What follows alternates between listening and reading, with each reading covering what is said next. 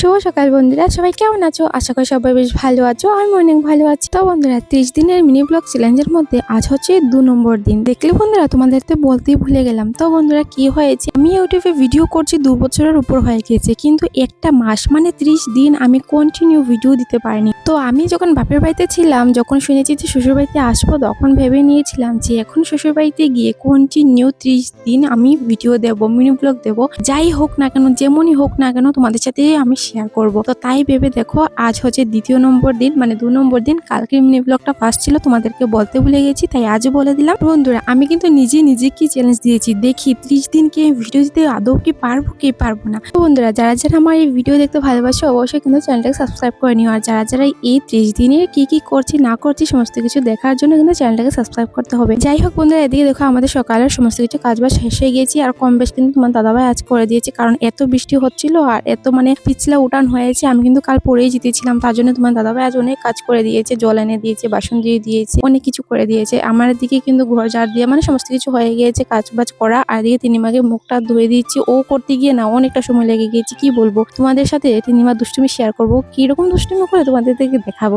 যাই হোক, তোমার দাদাভাই গিয়েছিল তিনিমাকে নিয়ে দোকানে, আর আমি এদিকে কিন্তু ভাতের জলটা বসিয়ে কিন্তু চালটা ধুয়ে নিয়ে চলে এসেছি। এখন দেখো তারা দোকান থেকেও চলে আসলো। তো কি নিয়ে এসেছে তোমাদেরকে দেখাচ্ছি। এখানে হচ্ছে বিস্কিট, পেঁয়াজ, ডিম আর হচ্ছে মটর ভাজি। তো দেখো, ডিমগুলোকে সুন্দর করে ধুয়ে কিন্তু আমি এখানে সিদ্ধ বসিয়ে দিয়েছি। জানো, অমলেট করতেছিলাম, তরকারি করতেছিলাম আর কি অমলেট করে, কিন্তু এখানে দেখো ভুলে আমি সিদ্ধ বসিয়ে দিয়েছিলাম। যাই হোক, তারপরে দেখো এদিকে ডিম সিদ্ধ হচ্ছে, এদিকে ভাতের জল গরম হয়ে গিয়েছে, তার জন্য চালটা দিয়ে দিয়েছি। আর এদিকে কিন্তু ভেন্ডিগুলো সিদ্ধ হয়ে গেছে, তার জন্য কিন্তু এখন ভেন্ডিগুলো নামিয়ে নিচ্ছি। আর এদিকে কিন্তু চালটা ফুটাও শুরু হয়ে গিয়েছে। তো কিছুক্ষণ পর কিন্তু এই যে ভাতটাও হয়ে গেছে। এদিকে দেখো ডিম সিদ্ধ হয়ে গেছে, তার জন্য গ্যাস অফ করে ভাতের মাঠটাও ঝরিয়ে দিয়েছি। এদিকে দেখো ভাত হয়ে গেছে। আর তোমার দাদাভাই যাবে কাজে, অনেক তাড়াহুড়ো করে কাজ করছে বন্ধুরা, কি বলবো।